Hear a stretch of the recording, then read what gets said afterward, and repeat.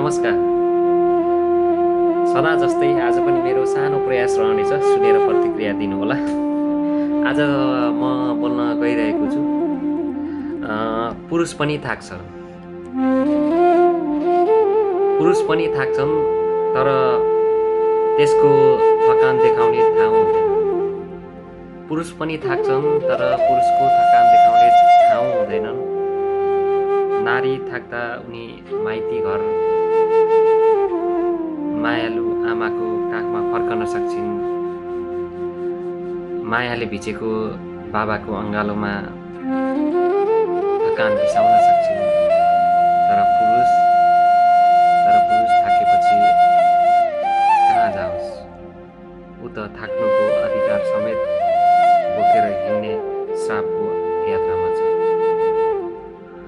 ऊ बाबु हो, रुन्छ भने कमजोर भनिन्छ। पुरुष छोरा हो, थकान देखायो भने लाज भनिन्छ। पुरुष पति पनि हो, पसिना नजराएसम्म उसको प्रेम देखिँदैन। पुरुष दाजु हो, चुपचाप जिम्मेवारी बोक्नुपर्छ। पुरुष श्रमिक पनि हो, रोजगारी गुमायो भने उसको अस्तित्व मेटिन्छ। पुरुषको थकान देख्ने आँखा समाजसँग छैन, किनकि उसले आफूलाई शक्तिशाली साबित गर्नुपर्ने दबाब छ। कति गाह्रो छ यो पुरुषलाई।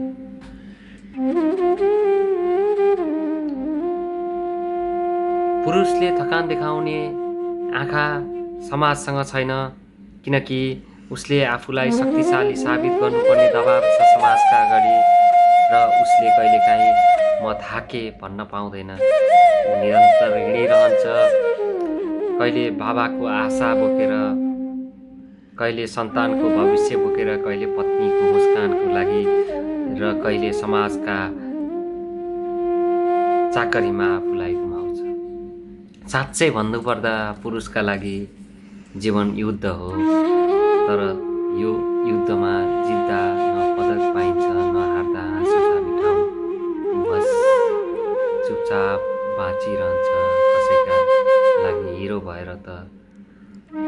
तर भित्रभित्रै ऊ आफू बिर्सँदै जान्छ।